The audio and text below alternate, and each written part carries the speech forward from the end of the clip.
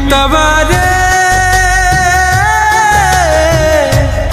मितवा मितवा मितवा मितवा मितवा मितवा मितवा मितवा रे।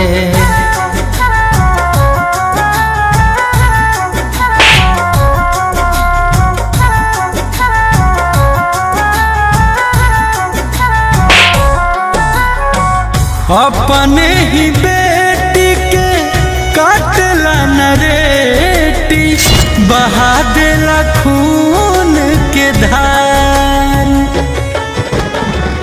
अपने ही बेटी के काटला नरेटी बहा देला खून के धार। कहे प्यार के दुश्मन बन जाला घर परिवार। कहे प्यार के दुश्मन बन जाला घर परिवार।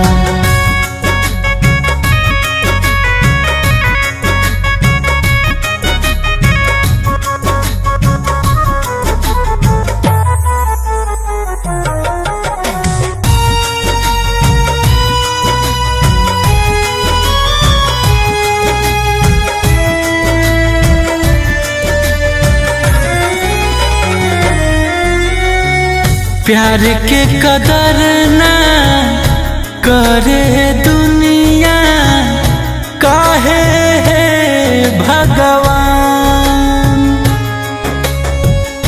चाकू धसा के जिंदा जला के लिहल जाता जान। हो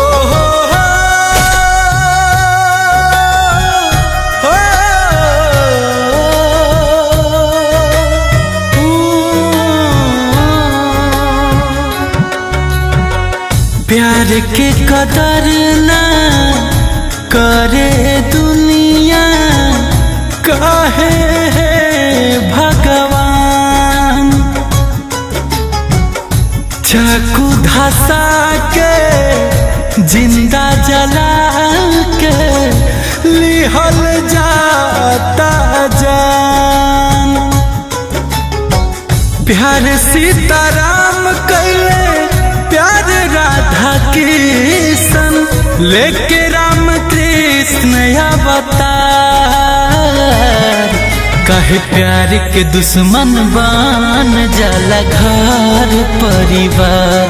कहे प्यार के दुश्मन बन जाला घर परिवार।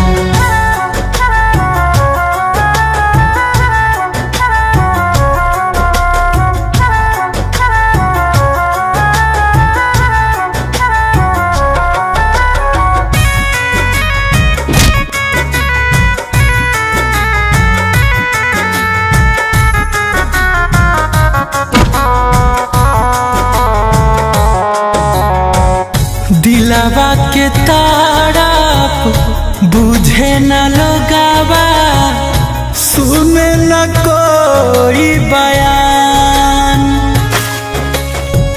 मिटल जाता प्रेमी प्रेमिका के धरती से नामो निशान।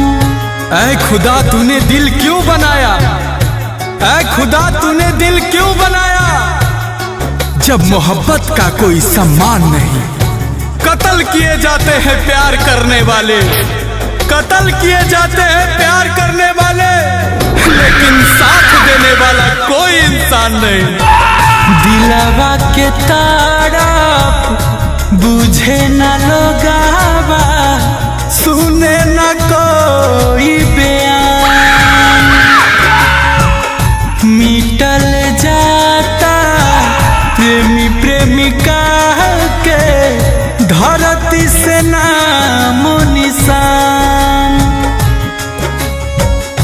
हरे राम हंस मुखी गुंजन सोच सोच बड़ुए लाचार। कहे प्यार के दुश्मन बन जाला घर परिवार, कहे प्यार के दुश्मन बन जाला घर